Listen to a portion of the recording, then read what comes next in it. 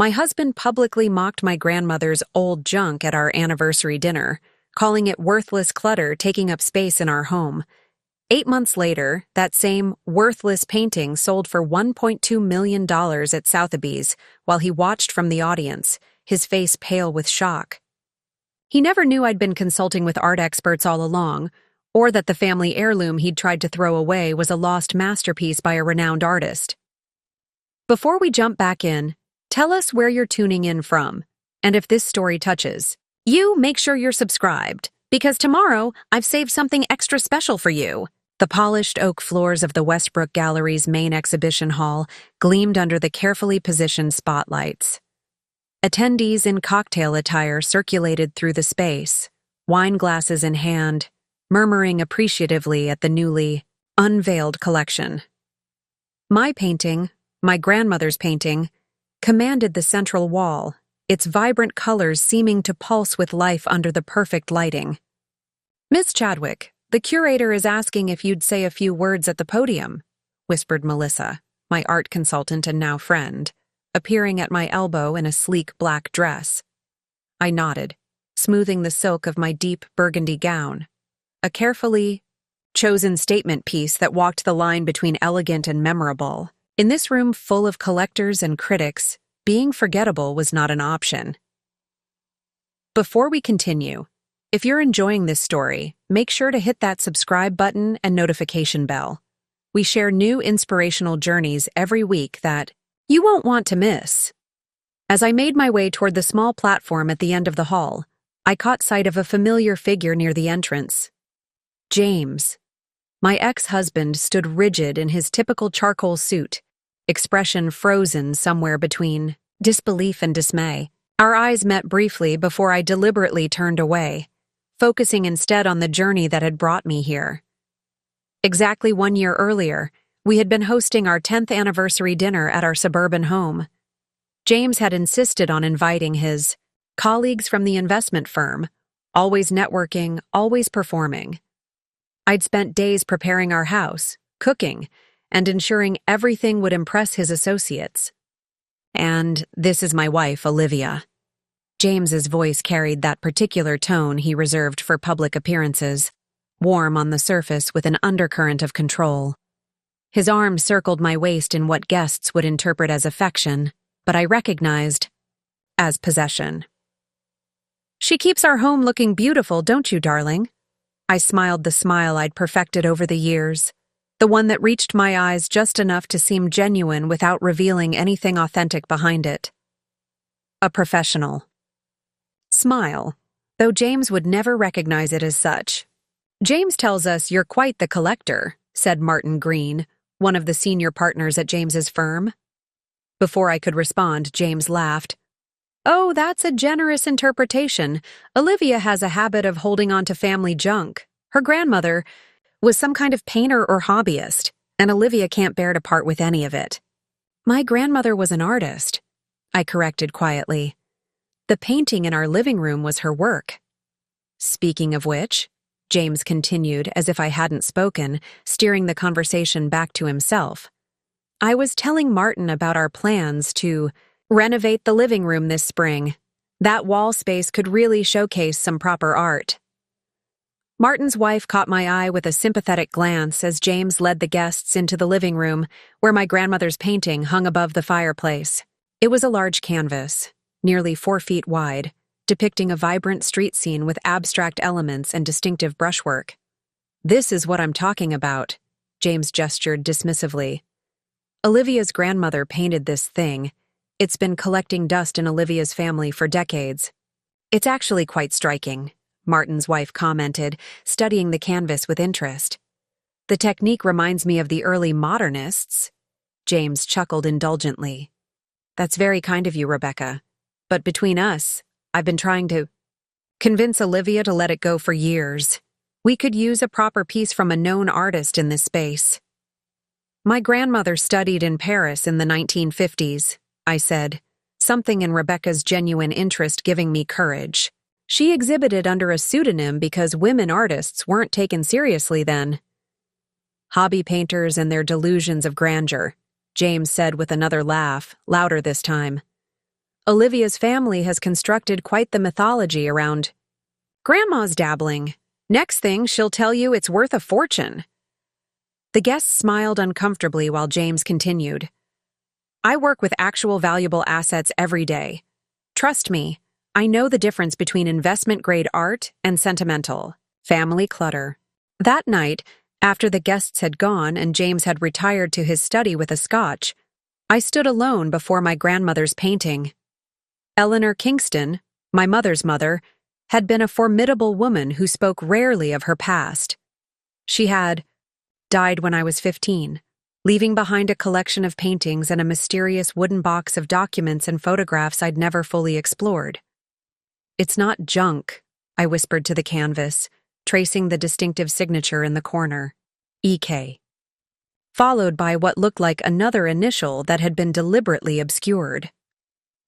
Something in James's dismissal, the absolute certainty with which he devalued not just the painting but my grandmother's entire life's work, awoke a quiet determination in me. The next morning, while James was at his weekly golf game, I retrieved the wooden box from our attic storage. Inside, beneath stacks of old photographs and letters, I found a small leather journal written in French and several exhibition programs from galleries in Paris. The name that appeared repeatedly wasn't Eleanor Kingston, but Elise Karsner, a name I'd never heard before. Most intriguing was a faded photograph of my grandmother standing beside a distinguished-looking man in front of a gallery, both smiling at the camera. On the back was written, "With J.A. after the successful exhibition, Montmartre, 1956. 2 weeks later, while James was on a business trip to Chicago, I contacted Rebecca Martin, who had shown such interest in the painting. Her response came within hours. "Olivia, I didn't want to say too much at your dinner party, but I'm an art history professor specializing in mid-century modernism. Your grandmother's work caught my eye immediately. The technique is distinctive, and if it's authentic to the period, it could be significant. Would you allow me to examine it more closely with a colleague?"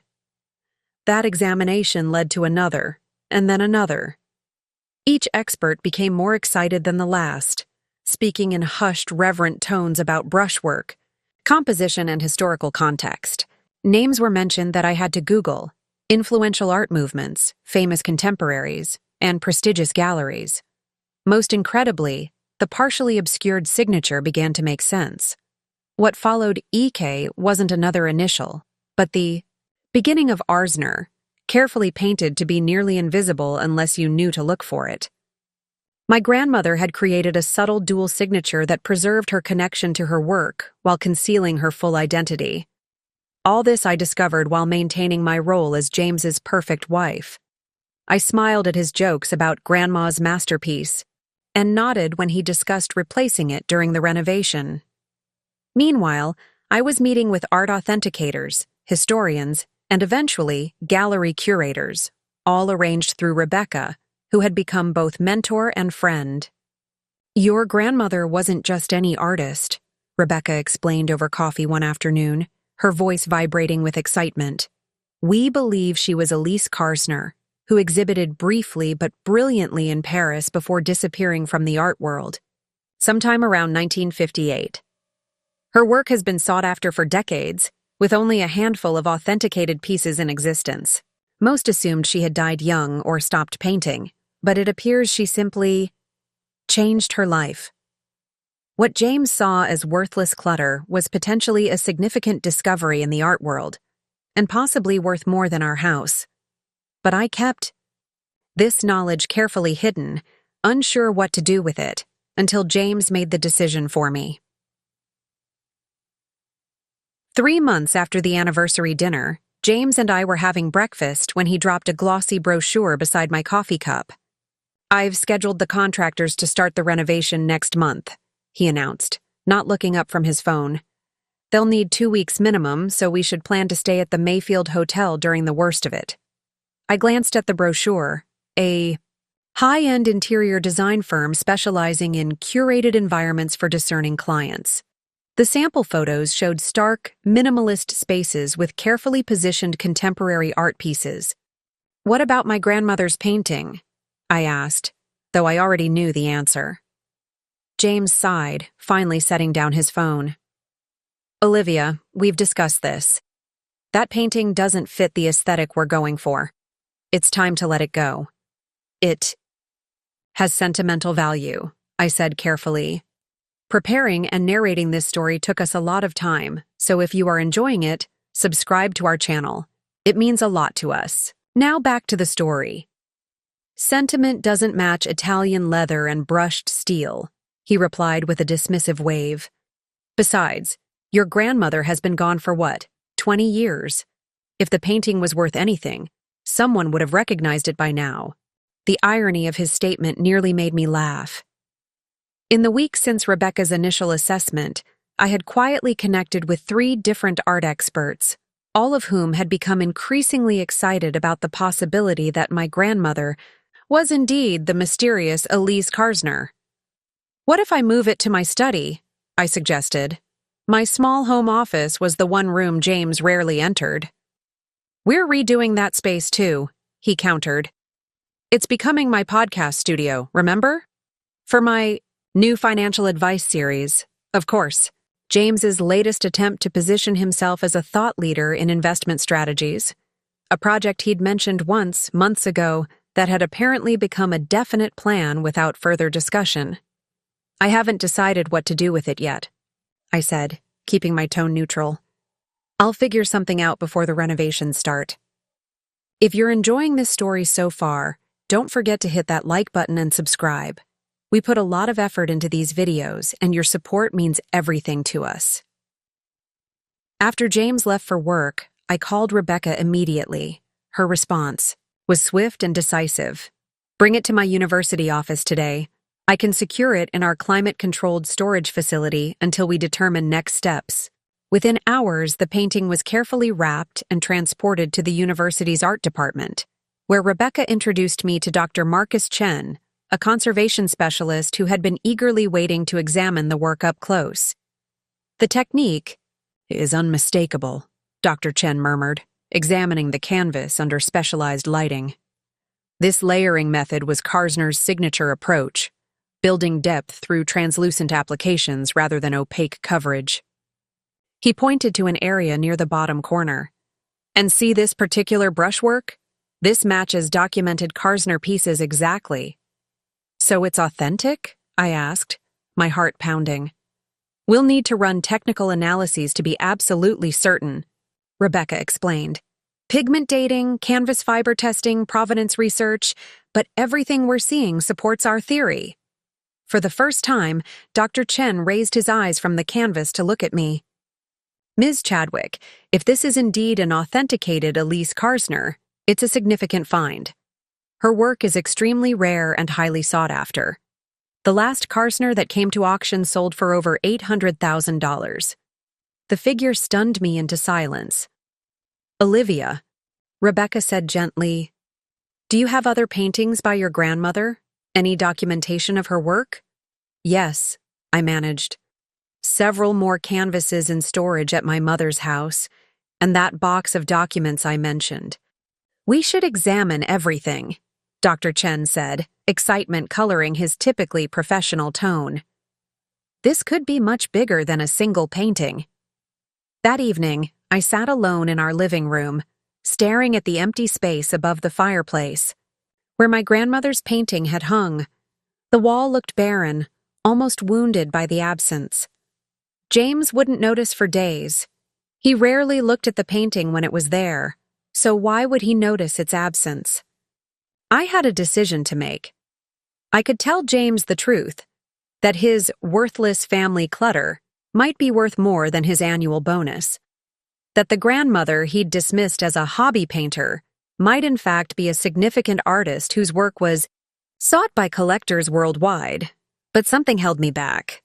Perhaps it was the memory of his laughter at the dinner party, the casual cruelty with which he'd dismissed not just the painting, but my entire family's history.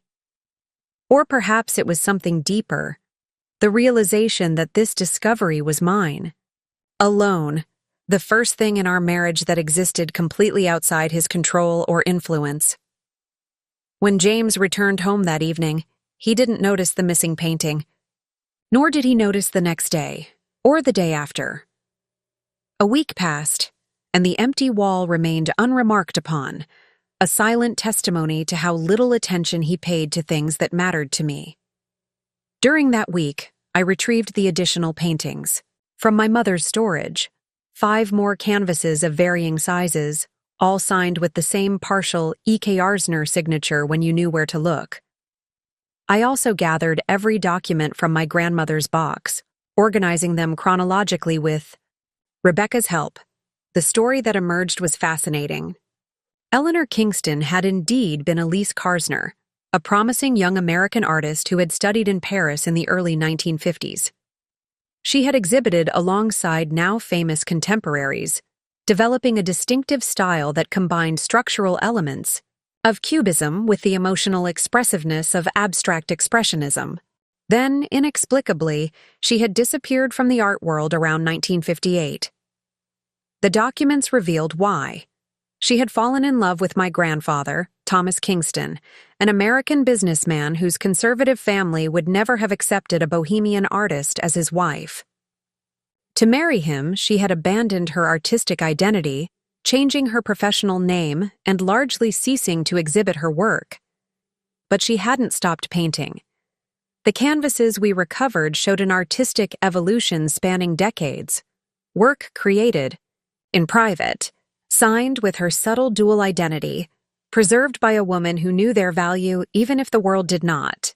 "Your grandmother was extraordinary," Rebecca said as we catalogued the collection. She maintained her artistic integrity while adapting to the constraints of her time. These later works show tremendous growth. They're perhaps even more sophisticated than her Paris period.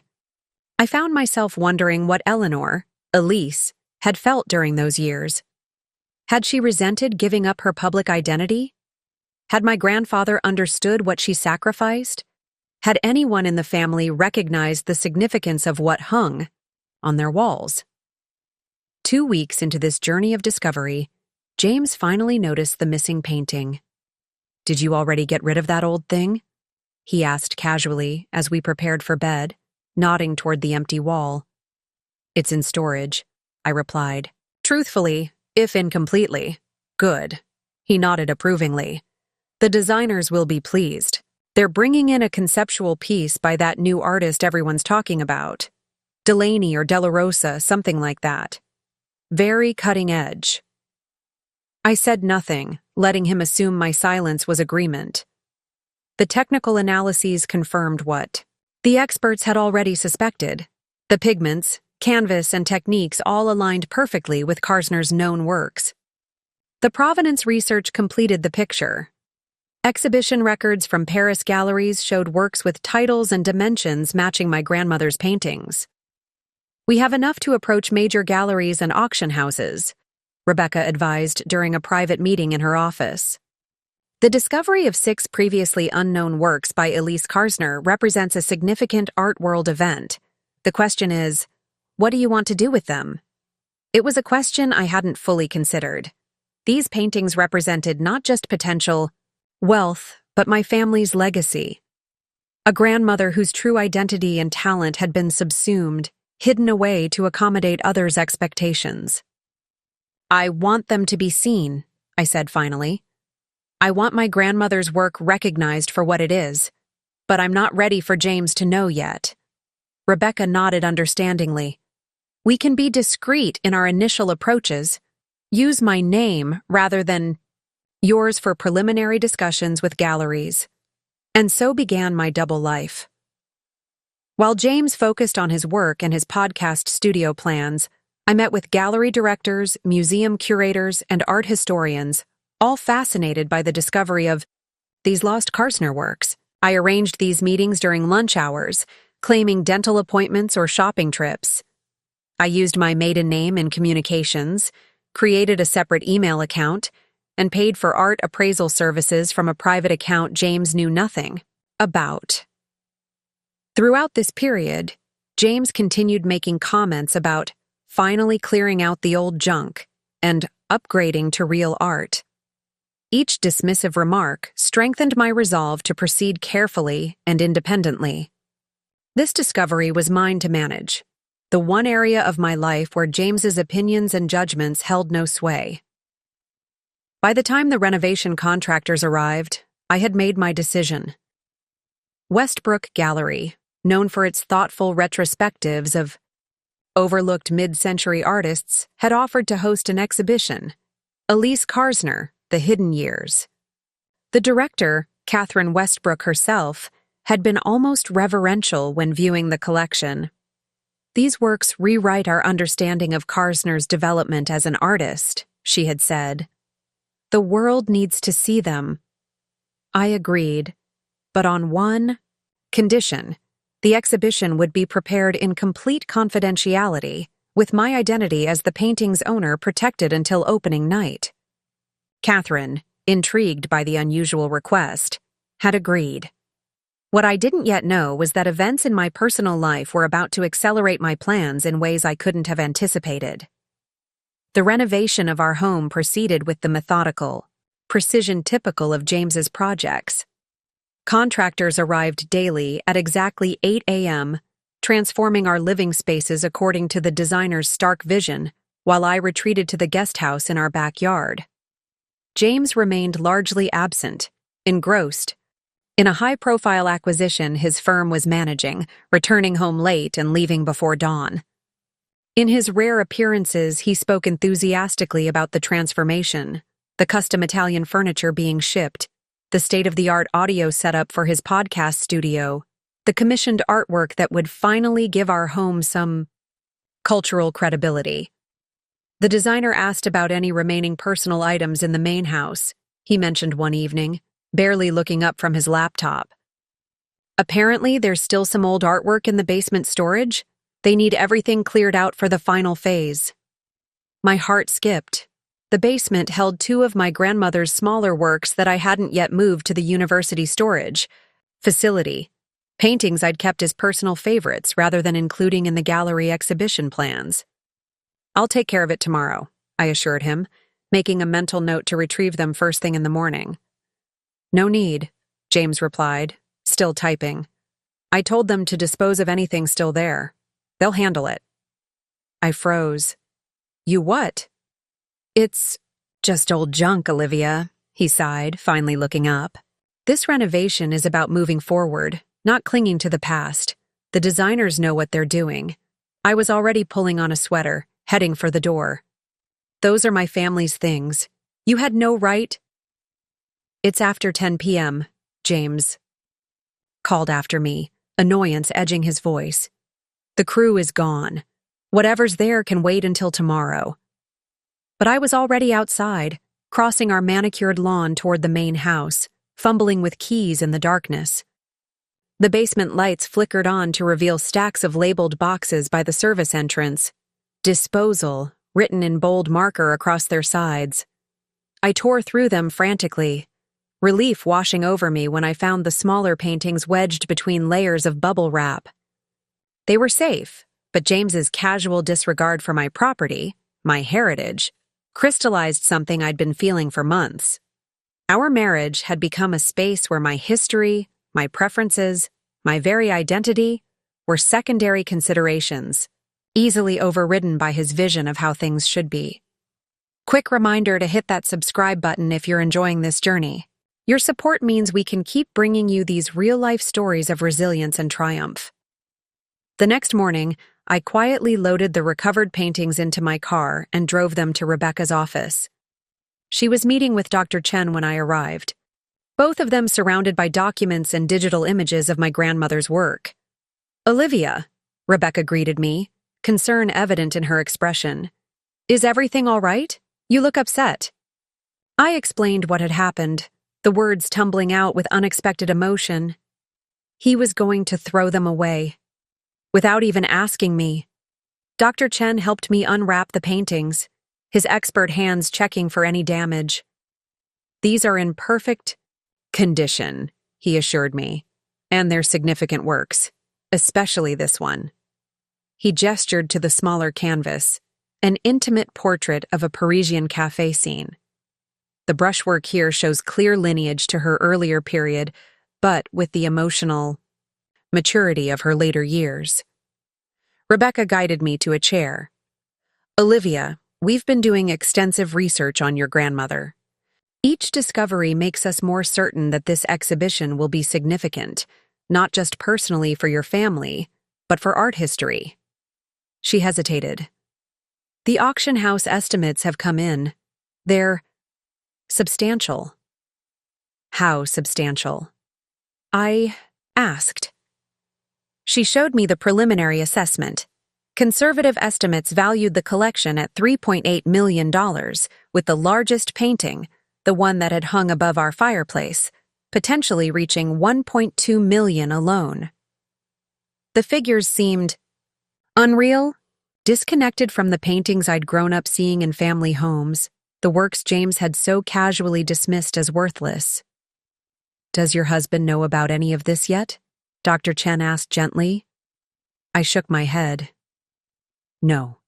And I'm not sure I want him, too. As I drove home, I wrestled with complicated emotions. The validation of my grandmother's talent was deeply satisfying, but it highlighted the painful reality of my marriage, a relationship where James had never truly seen me or valued what mattered to me. The thought of sharing this discovery with him now felt not like a triumph, but like a concession, as though I needed his recognition to validate what I already knew was true. While my secret project with the gallery gained momentum, James's professional life hit unexpected turbulence. The high-profile acquisition his firm had been managing collapsed spectacularly amid allegations of financial impropriety. Though James wasn't directly implicated, his position as lead advisor put him squarely in the fallout zone. It's a temporary setback, he insisted during a rare dinner at home, his confidence firmly in place despite the shadows under his eyes. These things happen. The market overreacts, then corrects itself. I nodded sympathetically, playing the supportive wife role I'd perfected over the years. But privately, I noticed the increasing frequency of hushed phone calls, the growing tension in his shoulders, the way he checked stock prices obsessively throughout the day.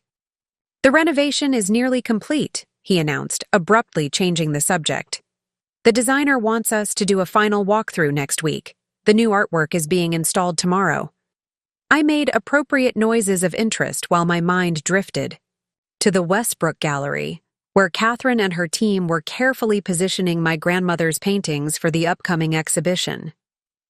The show was scheduled to open in just 6 weeks. The invitations already printed with The Lost Works of Elise Karsner, embossed in elegant script. 2 parallel worlds, neither aware of the other's true nature. James's professional crisis deepened over the next week. The firm placed him on administrative leave pending review, corporate speak for, "We're deciding whether to fire you." His carefully cultivated network of industry contacts suddenly became unavailable, lunch meetings canceled, calls unreturned. It's all politics, he insisted, pacing our newly renovated living room where a large, aggressively modern canvas now dominated the wall where my grandmother's painting had hung. Thornfield needs a scapegoat, and I'm convenient. Once the dust settles, they'll realize they need me. I murmured agreement while noting the changes in our dynamic. For the first time in our marriage, James was vulnerable, his carefully constructed persona of success and control beginning to crack. For the first time, he needed my emotional support more than I needed his approval. Meanwhile, the preparations for my grandmother's exhibition continued flawlessly.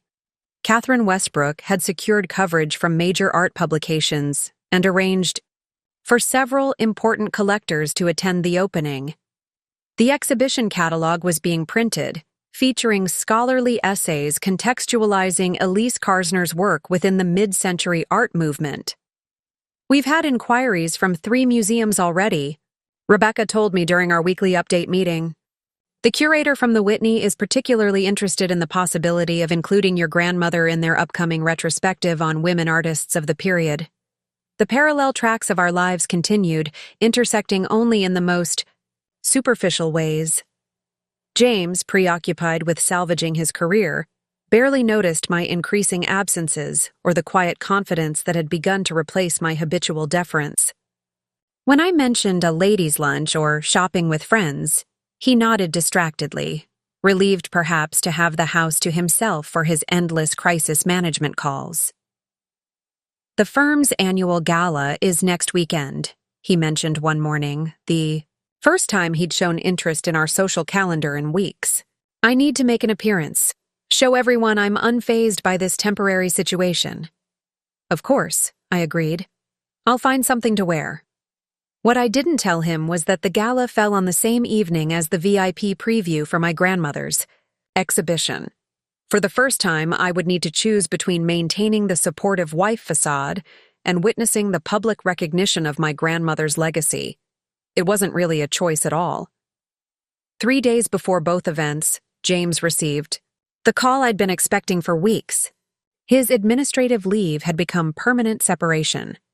The firm had decided to move in a different direction, offering a severance package contingent upon his immediate departure and a non-disclosure agreement.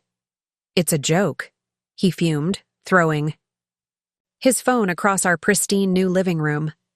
"After everything I've done for them, they're scapegoating me for decisions the partners made." I watched him from the doorway, struck by how small he suddenly seemed in our cavernous, redesigned space, a space that reflected his tastes, his preferences, his vision of success, but contained almost nothing of me. "What will you do?" I asked quietly. "Fight back, obviously," he snapped, retrieving his phone and checking for damage. "I have options. Harrison at Meridian has been trying to poach me for years. And there's the podcast. I can accelerate that launch, position myself as an independent voice in the industry." He glanced at me, really seeing me for the first time in the conversation. "The gala is off, obviously. I won't give them the satisfaction of watching me make nice after this betrayal." For once, his self-absorption worked in my favor. With James focused entirely on his professional crisis, I was free to attend the VIP preview without explanation or excuse. The night of the exhibition preview, I dressed carefully in my studio at the guest house, selecting a vintage-inspired emerald dress that echoed the style of my grandmother's era. Around my neck, I fastened her thin gold chain with its small, painter's palette charm, a piece I'd found among her belongings that had once seemed merely decorative, but now represented a secret identity preserved through decades of silence. James barely glanced up from his laptop as I prepared to leave. "Meeting Rebecca for dinner," I explained, a half-truth that didn't even register with him. "Fine," he muttered, engrossed in drafting emails to industry contacts. "Don't wait up. I'll be strategizing late." I paused at the door, wondering if this was the moment to finally tell him where I was really going, what I had discovered, what was about to happen.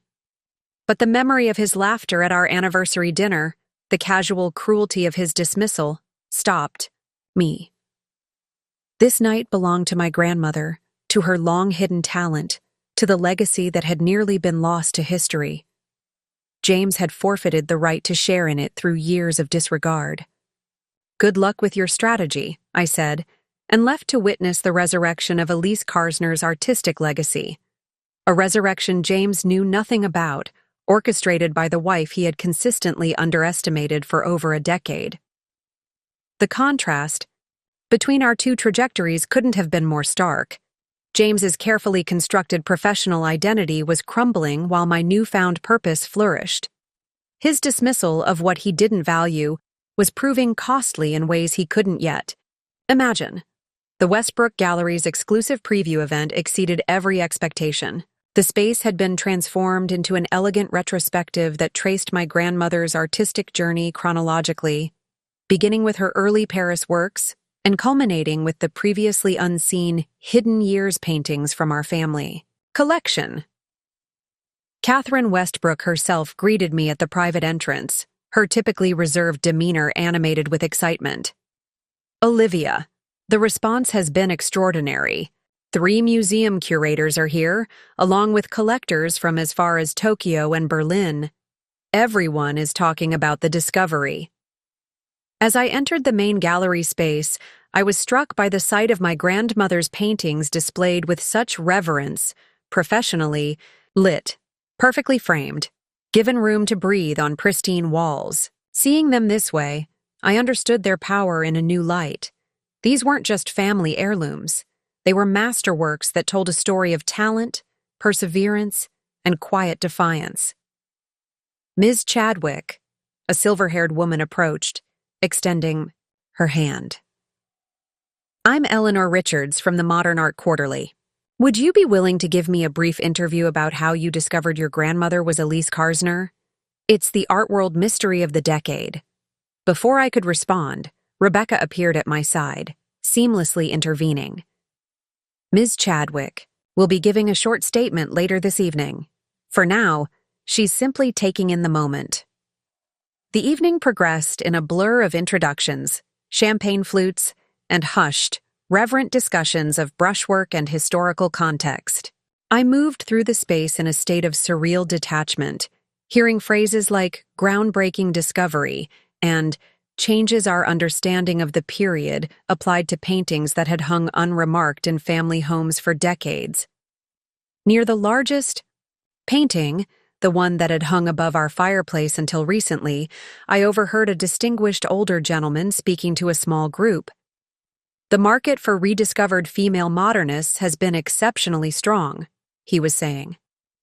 The Karsner work is particularly significant because it fills a crucial gap in our understanding of the post-war transition. I'd estimate the centerpiece alone could reach well over $1 million at auction. It was one thing to see such figures on paper. It was another entirely to hear them spoken aloud in this rarefied space, surrounded by people who clearly viewed my grandmother's work with the respect it deserved. I thought again of James's dismissive laughter, his casual cruelty in reducing her legacy to family junk. Olivia, Catherine appeared at my elbow. The Times art critic is here and specifically asked to meet you. Are you comfortable with that? I nodded, surprising myself with my growing confidence in this unfamiliar world. Throughout the evening, I found myself sharing my grandmother's story with increasing ease. Her dual identity, her hidden career, the family's ignorance of her significance. I carefully edited out any mention of James, focusing instead on the joy of rediscovering Elise Karsner's legacy. Near the end of the evening, Catherine clinked a glass for attention. Ladies and gentlemen, we're honored to have with us tonight the woman responsible for bringing these extraordinary works to light, Olivia Chadwick, granddaughter of Elise Karsner. The room's focus shifted to me, dozens of appreciative faces turning in expectation. In that moment, I felt a strange calm settle over me, as though my grandmother's strength had somehow transferred through the generations. Thank you all for coming tonight, I began, my voice steadier than I'd expected. For most of my life, I knew these paintings simply as my grandmother's work. Beautiful, certainly, but significant primarily for their personal connection. I grew up with them hanging in family homes, unremarkable in their familiarity. I paused, gathering my thoughts. What you see tonight is not just the rediscovery of an important artist, but the reclamation of a woman's rightful place in history. Elise Karsner, my grandmother, chose to hide her light for personal reasons, but she never stopped creating, never stopped evolving as an artist. These later works, never before seen publicly, show us what she continued to achieve in private. The speech continued for a few minutes more, words flowing from some authentic place I rarely accessed. When I finished, the applause was warm and genuine. Critics and collectors approached with cards and contact information. Museum representatives expressed interest in future exhibitions, and Catherine whispered that several serious buyers had already made inquiries about purchase options. It was nearly midnight when I finally left the gallery, my mind spinning with the evening's events. The night air was cool against my flushed skin as I walked to my car, phone in hand to check for messages. There were none from James, not surprising given his absorption in his career crisis, but several from Rebecca, who had left earlier to prepare for an early class. "Incredible night," her text read. "NYT critics staying to write immediate review. Catherine says multiple offers coming in for main painting. Call me tomorrow." As I drove home, I felt a shifting in my foundations, not just professionally with this unexpected entry into the art world, but personally. The woman who had entered the Westbrook Gallery that evening was not quite the same one driving home. Something fundamental had changed in how I saw myself, my possibilities, my future. Our house was dark when I arrived, but James's car was in the driveway. I entered quietly, assuming he'd finally gone to bed after his long day of strategizing. Instead, I found him in the living room, illuminated only by the blue glow of his laptop screen and a half-empty tumbler of scotch on the side table. "Where have you been?" he asked without looking up, his voice carrying that edge of controlled irritation I knew well. "With Rebecca," I said, the half-truth coming easily. "I told you before I left." "Until midnight?" Now he did look up, his gaze sweeping over my elegant dress and carefully styled hair. "You're dressed for more than dinner." There was an accusation in his tone that caught me off guard. After years of minimal interest in my activities or appearance, he was suddenly paying attention, not out of concern but suspicion. "We went for drinks after," I improvised, unwilling to share the truth of the evening with him. "Not yet. Not like this." James studied me for a moment longer, then returned to his screen. "While you were out enjoying yourself, I've been dealing with the complete implosion of my career. Meridian isn't interested. Apparently, word has spread about the Thornfield situation, and I'm being frozen out." His tone was bitter, the undercurrent of blame unmistakable, as though my absence during his crisis was somehow connected to his professional failures. I felt a familiar response rising within me, the impulse to soothe, to sympathize, to center his feelings above my own. But something had shifted. "I'm sorry to hear that," I said simply, neither taking on his burden nor dismissing it. "What will you do now?" He closed the laptop with a sharp snap. "I'm meeting with a lawyer tomorrow to review my options for suing Thornfield. The podcast launch needs to be accelerated, and we need to consider our finances." The abrupt pivot to "our finances" sent a warning signal through me. Until now, James had managed our money with minimal input from me, an arrangement he'd established early in our marriage when he'd dismissed my interest in our investments as cute but unnecessary. "What about our finances?" I asked carefully. "We're facing a significant income reduction while I rebuild," he said, his tone shifting to the condescending patience he used when explaining complex matters to me. "The renovation costs were higher than anticipated. We need to reduce expenses immediately and possibly liquidate some assets." "Which assets?" My voice remained steady, but my mind raced ahead, connecting dots I didn't want to acknowledge. "I've been looking at options. Your car is newer than mine, and you barely use it. We have that vacation property in Vermont that sits empty most of the year. And there are the insurance policies." He continued listing possibilities, but I had stopped listening, a cold certainty settling over me. James was constructing a narrative where his career setback necessitated sacrifices, my sacrifices specifically, without consultation or true partnership. The renovation he had insisted upon, the expensive furniture he had selected, the lifestyle he had constructed would remain untouched. It was my possessions, my inheritances that would be liquidated to maintain his vision. "So I've scheduled an appraiser to come tomorrow and assess the Vermont property value, and I've already contacted a dealer about your car," he was saying when I tuned back in. "With careful management, we should be able to maintain the house during this temporary setback." "You did what?" I interrupted, my voice sharper than he was used to hearing.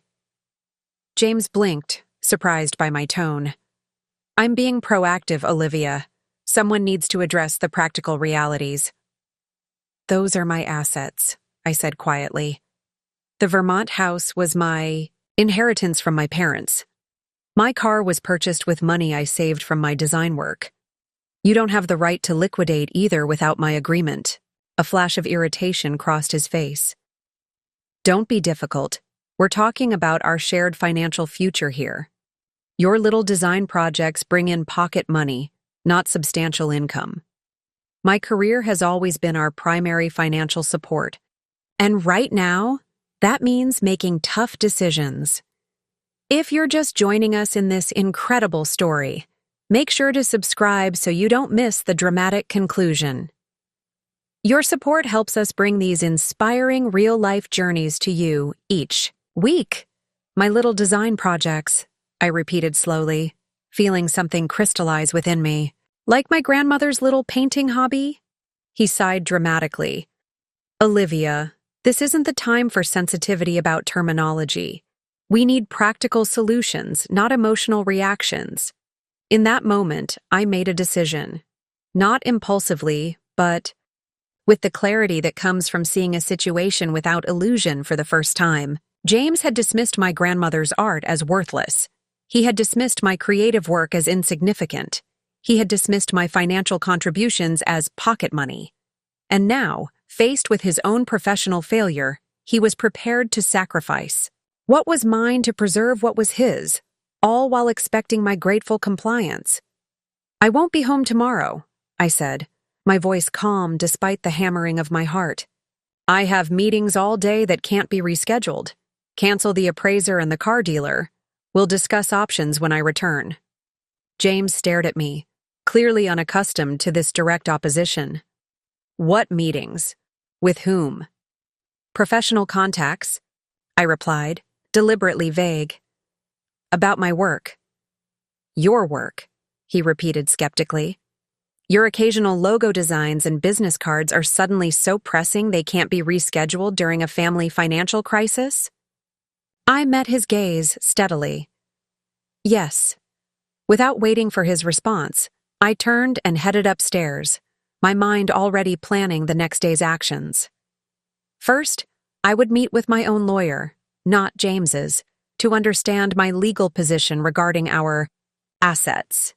Then I would speak with Catherine about accelerating the timeline for the public announcement of the Karsner exhibition. Finally, I would secure my grandmother's papers and remaining artwork somewhere James couldn't access them.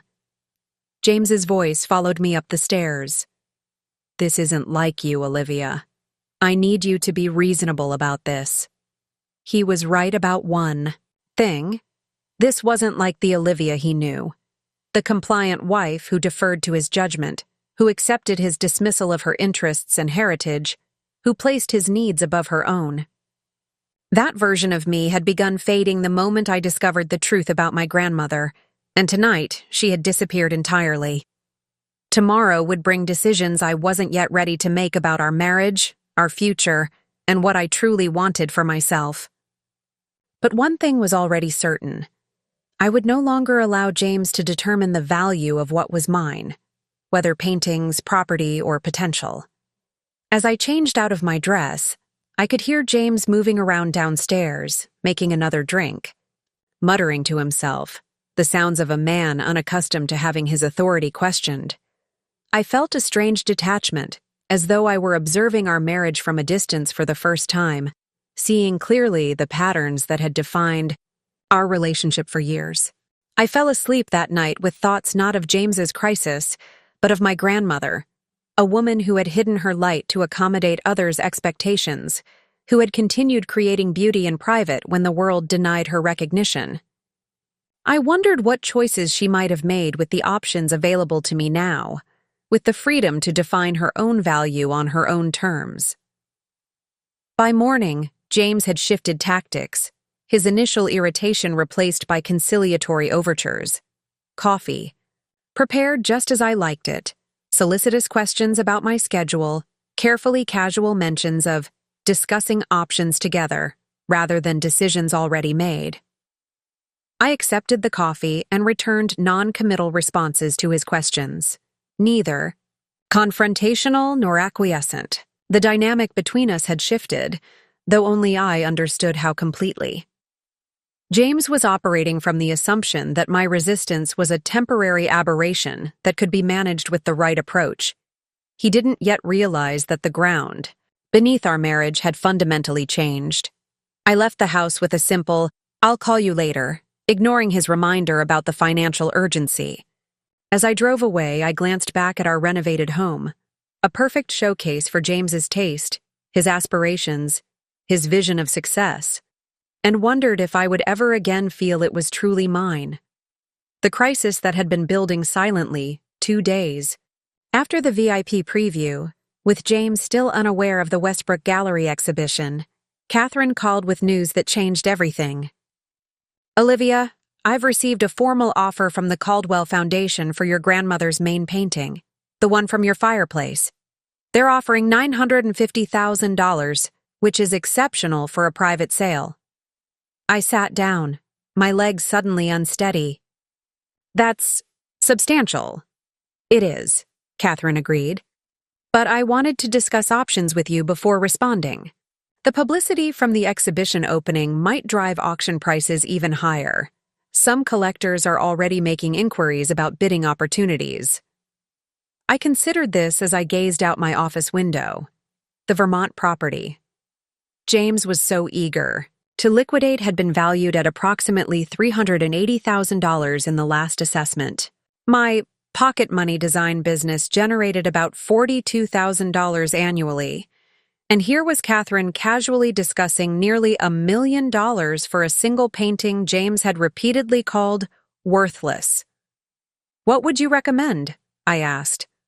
"Honestly, I'd recommend we consider auctioning the main piece.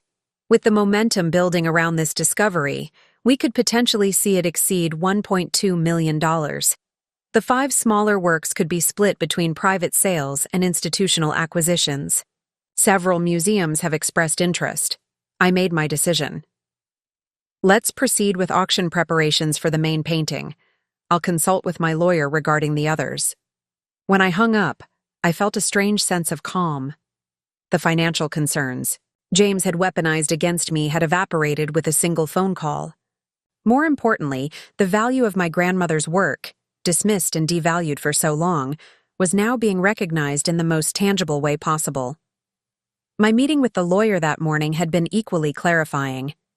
The Vermont property and my car were indeed solely mine, protected from James's unilateral decisions. The paintings, as inherited items predating our marriage, were unquestionably my separate property. James had no legal claim to any of it, a fact that shifted the power dynamic of our relationship dramatically. For the first time, I allowed myself to consider options beyond simply protecting my assets. The foundation of our marriage, my deference to James's judgment, my acceptance of his authority in all matters financial and practical, had crumbled. What remained when that foundation was gone? I spent the day making arrangements, securing the remaining paintings in a bank vault James couldn't access, transferring funds to a separate account, and finalizing details for the public opening of the exhibition, now just 3 days away. Throughout, I maintained minimal communication with James, responding to his increasingly urgent texts about our financial planning with brief assurances that I was handling important matters.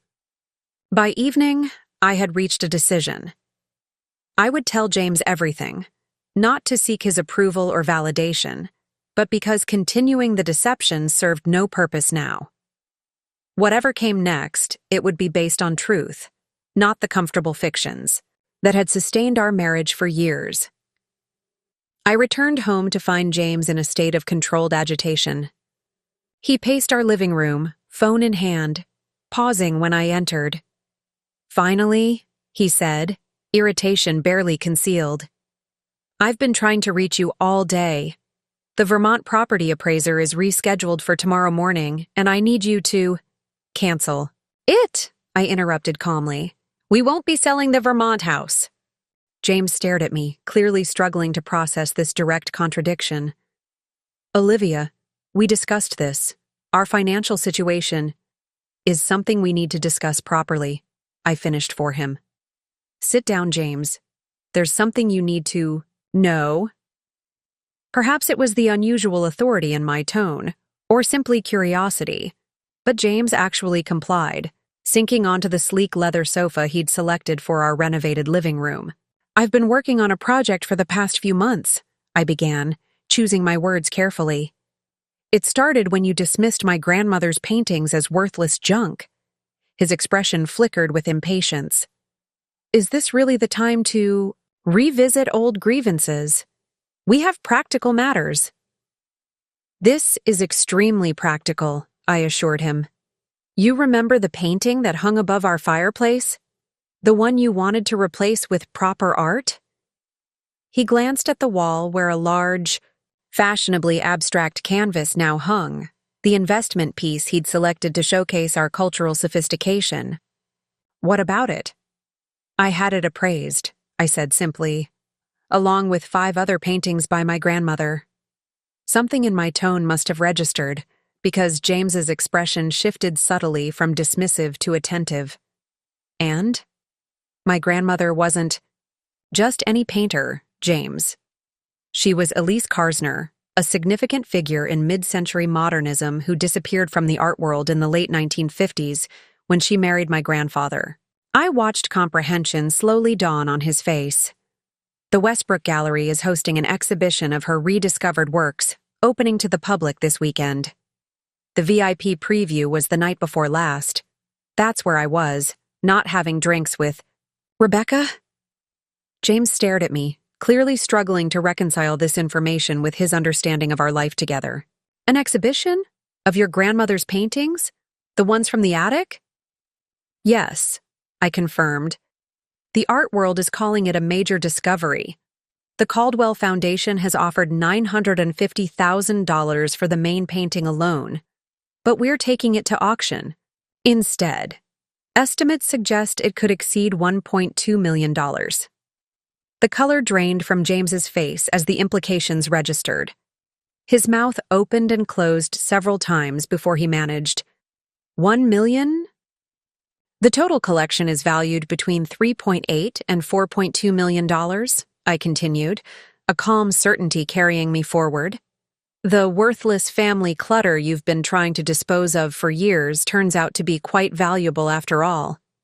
James stood suddenly, moving to the bar cart to pour himself a drink with unsteady hands. Why didn't you tell me sooner? He demanded, a note of accusation in his voice.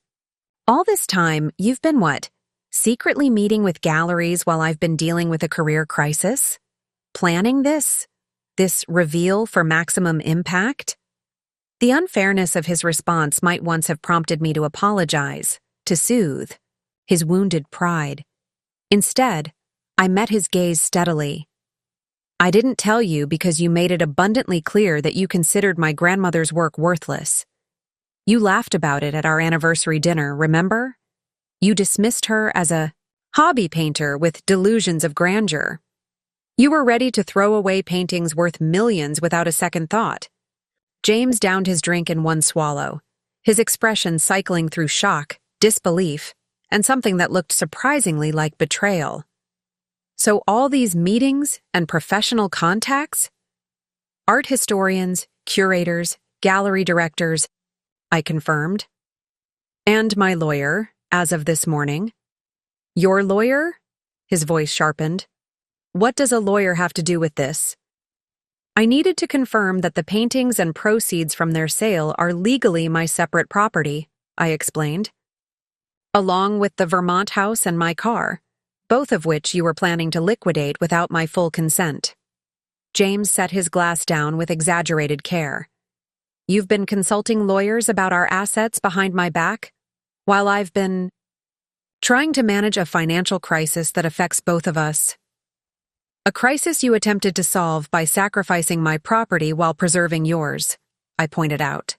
The renovations you insisted on, the furniture you selected, the lifestyle you constructed, those weren't up for discussion.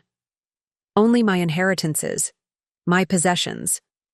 We stared at each other across the pristine living room, the physical space between us a perfect metaphor for the emotional distance that had been growing for years. "What exactly are you saying, Olivia?"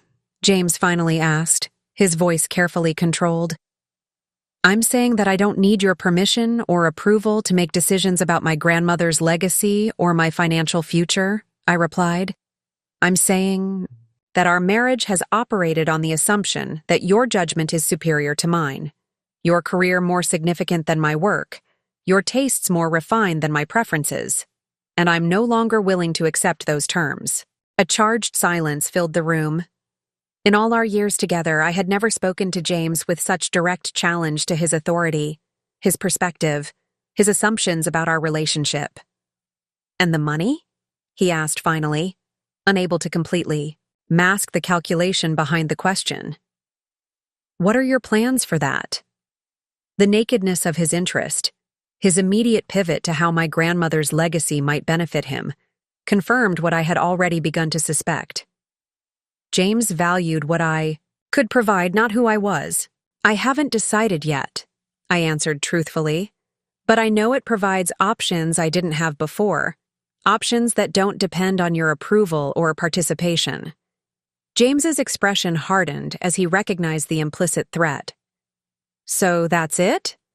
After 10 years of marriage, you're ready to walk away because of some unexpected windfall? Because I didn't properly appreciate your grandmother's hobby?" "No, James," I said quietly. "Not because of the money, or even because you dismissed my grandmother's work. I'm reconsidering our marriage because this situation has shown me how little you value me, my history, my contributions, my autonomy. The money doesn't change that. It simply makes it impossible to ignore." He laughed without humor. "This is ridiculous. You're overreacting to a few casual comments about old paintings. I've supported you for a decade, given you a beautiful home, a comfortable lifestyle that I've contributed to in ways you've consistently minimized," I interjected.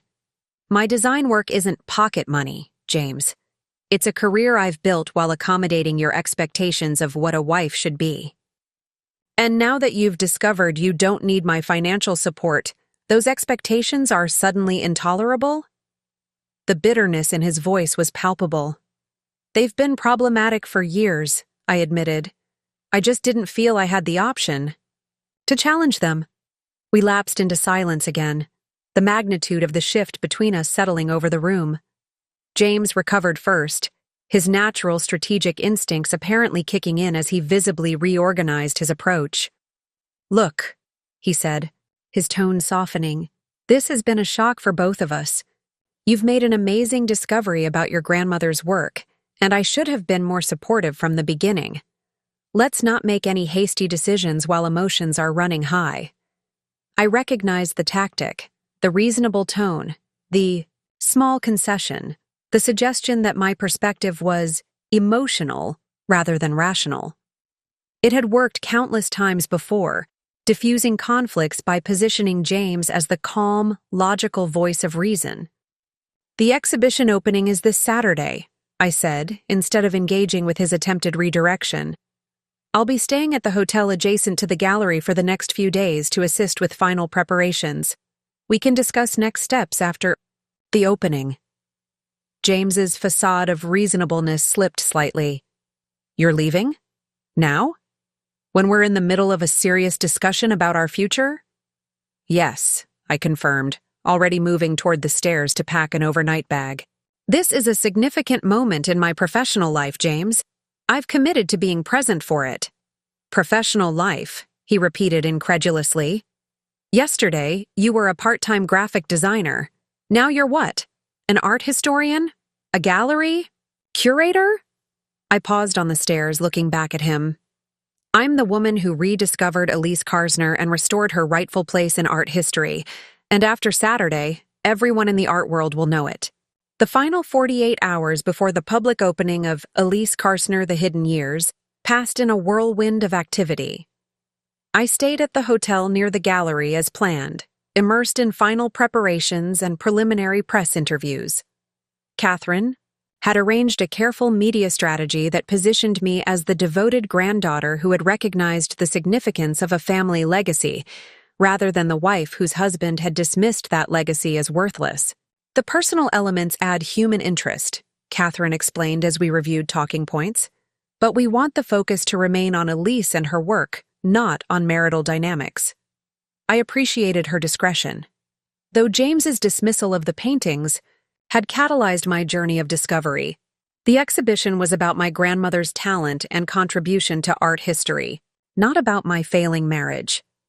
James sent several messages during those 2 days, beginning with indignant demands that I return home to finish our discussion, and gradually shifting to concerned inquiries about my plans, interspersed with reminders of our shared history and suggestions that we approach this new situation as a team.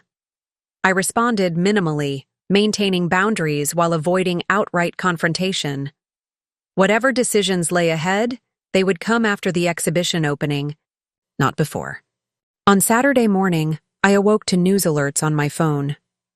The New York Times Arts section featured a prominent article titled, "Lost Modernist Rediscovered: The Secret Life of Elise Karsner."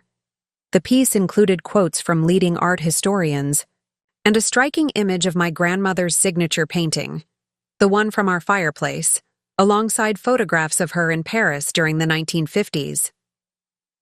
Similar coverage appeared in other major publications, each emphasizing the extraordinary nature of the discovery and the significance of the works themselves.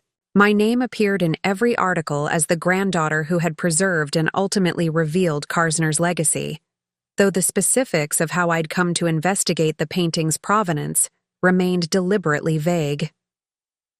If you're enjoying this remarkable story of rediscovery and vindication, please take a moment to subscribe.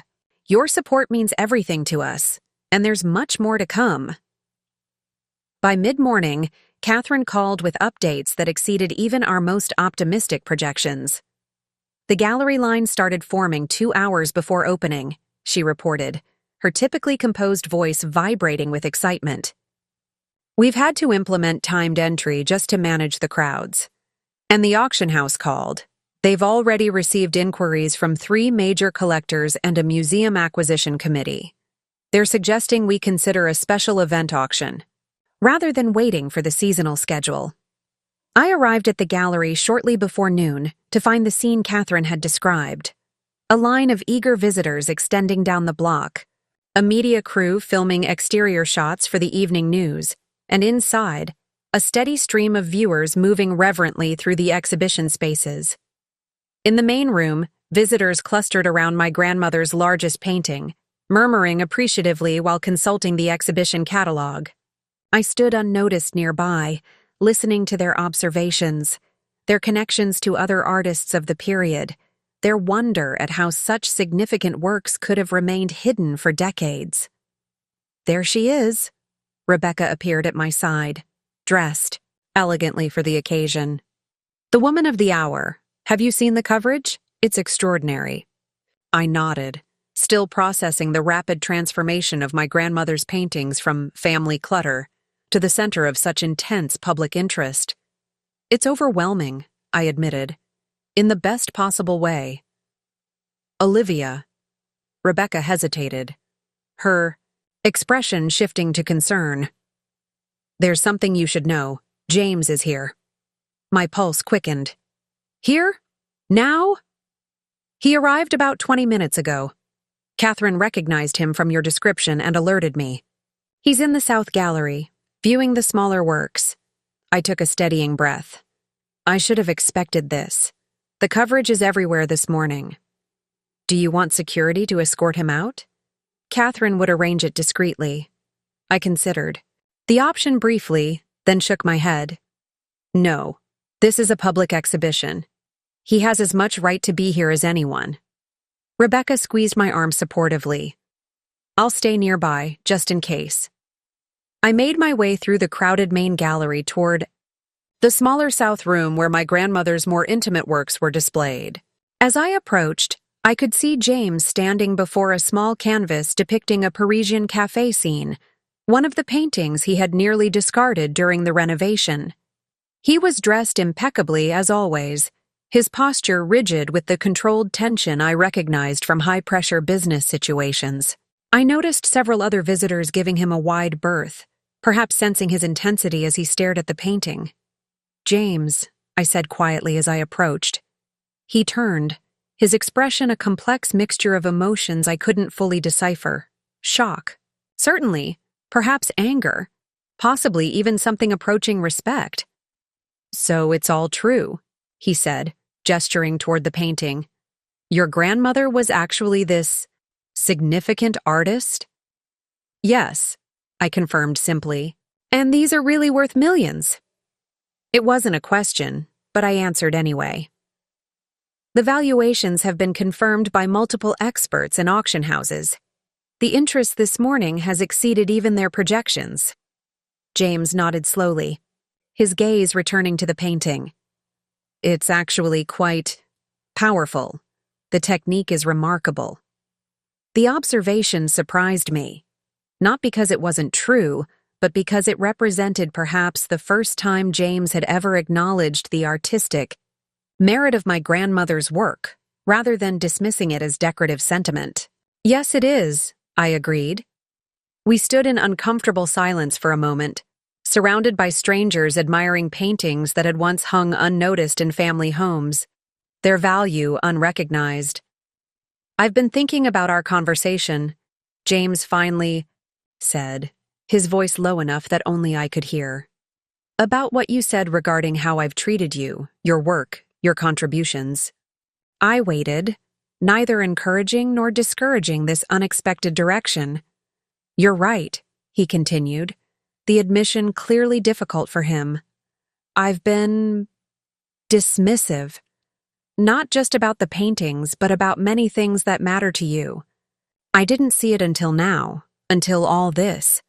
He gestured around the gallery. "Until you proved me wrong so completely that I couldn't ignore it anymore." The acknowledgement was more than I had expected, but it came with a realization. It had taken external validation, public recognition, financial valuation, media attention, for James to recognize the merit of what had been in front of him for years.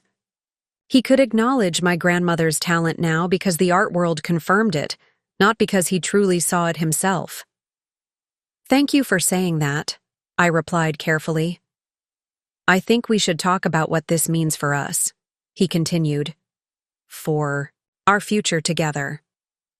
This changes everything, Olivia. The financial concerns I had are obviously resolved. We can move forward on entirely different terms." There it was, the pivot to us and our future, now that my grandmother's paintings had proven valuable. The easy assumption that I would fold this new development into our existing relationship structure, perhaps with minor adjustments to acknowledge my unexpected contribution. "James," I began, choosing my words with care. "I meant what I said before. This isn't just about the money or even about the paintings themselves. It's about fundamental patterns in our relationship that would still exist, even if these paintings were worthless." His expression tightened slightly. "But they're not worthless. They're worth millions, which changes the entire context of our situation." "It changes our financial circumstances," I corrected gently. "It doesn't change the fact that you consistently devalued what mattered to me until external validation forced you to reconsider." A muscle worked in his jaw as he processed this rejection of his framing. "So that's it? 10 years of marriage and you're walking away because I didn't appreciate some paintings?" "No," I said, maintaining my calm despite his deliberate oversimplification. "I'm reconsidering our relationship because discovering the truth about these paintings revealed fundamental truths about us as well.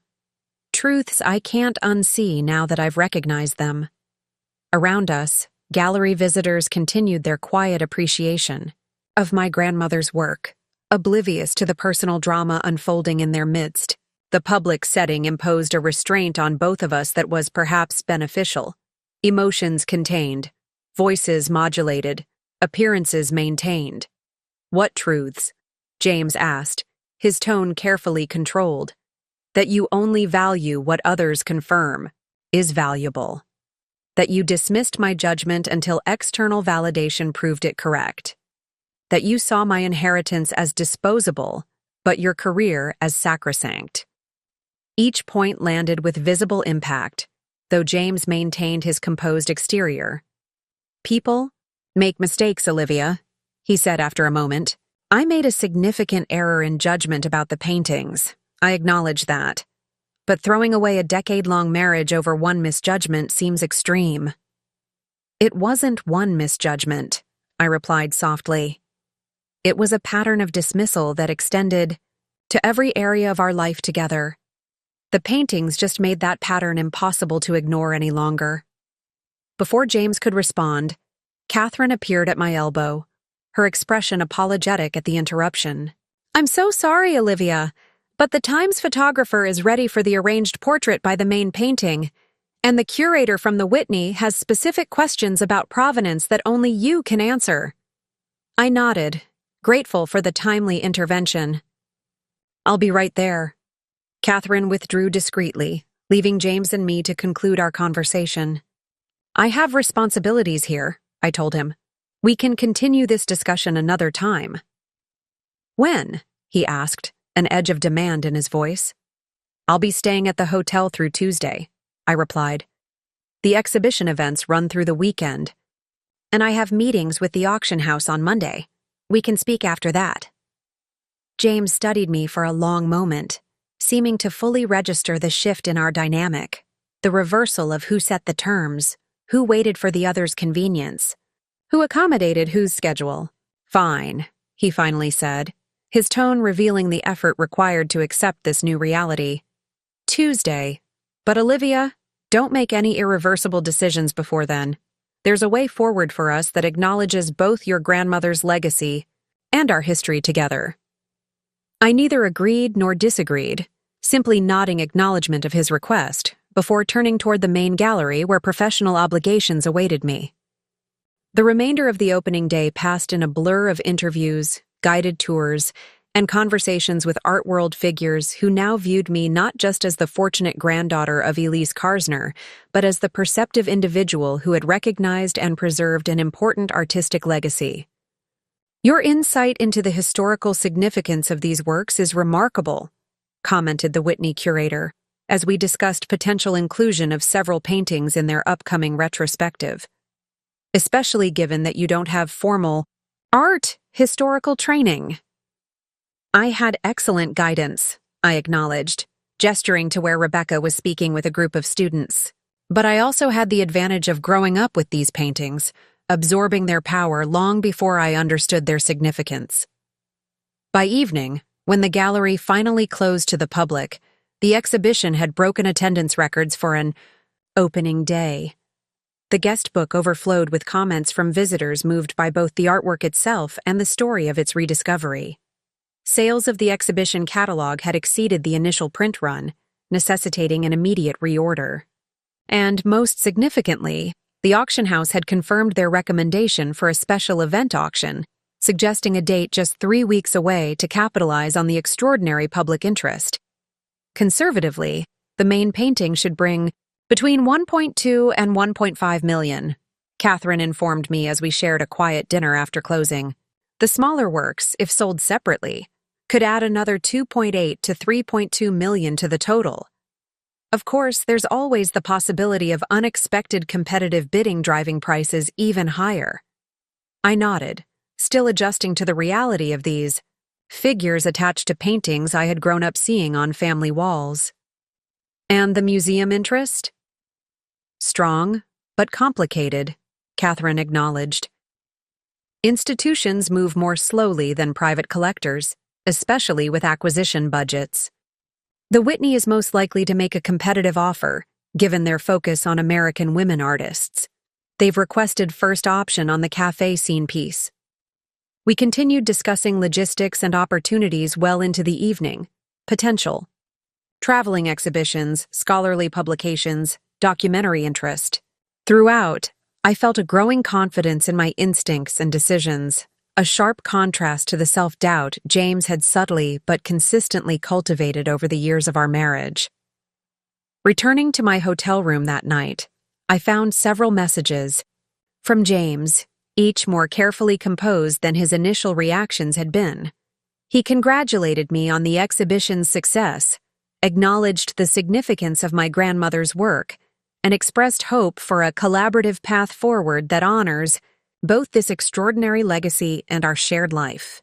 The messages were perfectly calibrated to appear supportive while still assuming a future together. A linguistic sleight of hand that I might not have recognized before these recent events had heightened my awareness of such patterns. I responded with a brief but polite message confirming our Tuesday meeting and nothing more. Whatever decision I ultimately made about our marriage would come from clarity, not obligation or habit. The woman who had rediscovered Elise Karsner would not be rushed or manipulated into choices that didn't serve her own best interests. Sunday and Monday brought continued public and critical acclaim for the exhibition. Art forums buzzed with discussion of Karsner's unique technique and historical significance. Academic journals requested articles on the discovery process and its implications for understanding mid-century women artists. Catherine fielded inquiries from galleries in London, Paris, and Tokyo about hosting the collection after its New York run. Through it all, I found myself increasingly comfortable in this new role, not just as Elise Karsner's granddaughter, but as a legitimate voice in conversations about her work and legacy. The respect accorded my insights, my decisions, my perspective, was a marked contrast to the dynamic that had defined my marriage for a decade.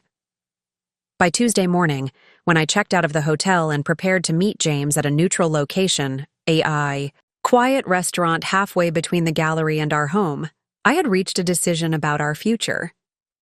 It wasn't based on anger or vindication, but on the clear-eyed recognition of what I wanted and deserved in a partnership. 3 months after the Westbrook Gallery opening, I stood in the auction house's grand hall, watching as my grandmother's signature painting took center stage. The auctioneer's voice filled the packed room, numbers climbing higher with each confident bid. $1 million, he announced, scanning the crowd for the next offer. Do I hear 1,100,000? A paddle raised near the back. Another followed almost immediately from the phone bidding section.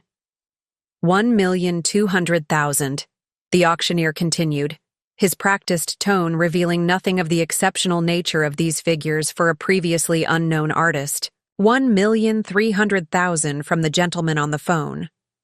I watched with a sense of surreal detachment as the bidding continued to climb, finally settling at $1,750,000, significantly exceeding even the most optimistic projections.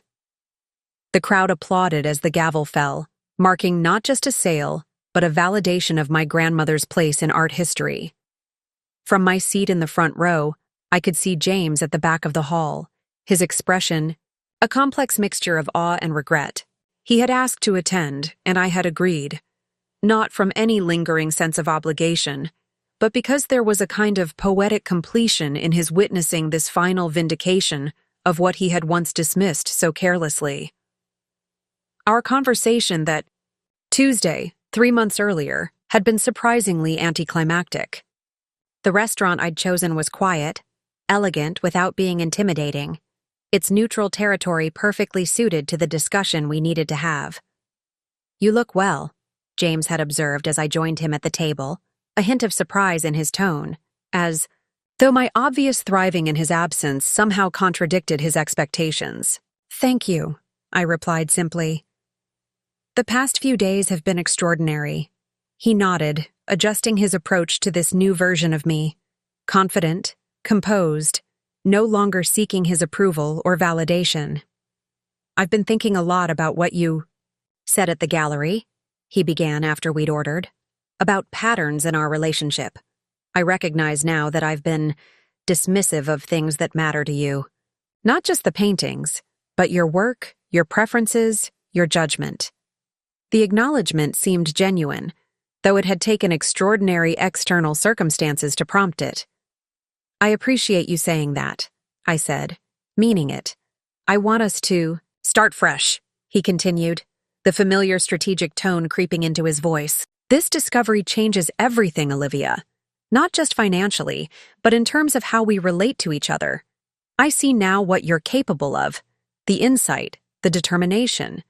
We can build something new together, something equal. I studied him across the table, noting the careful calibration of his approach. James was nothing if not adaptable. The facts had changed, so his strategy had changed, shifting from dismissal to respect once the external value of my contribution had been established beyond question. James, I said gently, I've made a decision about our future. I'd like a separation, leading to divorce. The words hung between us, simple but irrevocable. His expression flickered through surprise, calculation, and finally a composed mask of regretful acceptance. Is that really what you want? He asked. After 10 years together? One mistake. It wasn't one mistake, I interrupted, my voice calm but firm. It was a fundamental dynamic that shaped our entire relationship. You valued me conditionally, when I conformed to your expectations, when I supported your goals, when I accepted your judgment as superior to mine. That dynamic can't be healthy for either of us moving forward. James leaned forward, his tone shifting to one of reasonable persuasion. People grow, Olivia. Relationships evolve. What happened with your grandmother's paintings was a wake-up call for me. I see you differently now. Yes, I agreed. You see me differently because external validation forced you to reevaluate. But that's not the foundation I want for the next chapter of my life. We talked for nearly 2 hours, covering practical considerations, emotional terrain, and the logistics of untangling a decade of shared life. Throughout, I maintained a gentle but unwavering clarity about my decision. This wasn't about punishment or even vindication. It was about recognizing what I needed and deserved in a partnership, what I was no longer willing to accept. In the weeks that followed, we navigated the separation with surprising civility. James, ever conscious of appearances, seemed determined to manage the dissolution of our marriage with the same polished competence he brought to business transactions. I found I preferred this approach to drawn-out emotional battles, allowing us to efficiently address the division of assets, the sale of our renovated home, and the official filing of divorce papers. The auction of my grandmother's paintings proceeded on a parallel track, with each piece finding its way to appreciative new owners. The Whitney Museum acquired 2 works for their permanent collection. A European collector purchased 3 of the smaller paintings for his private gallery.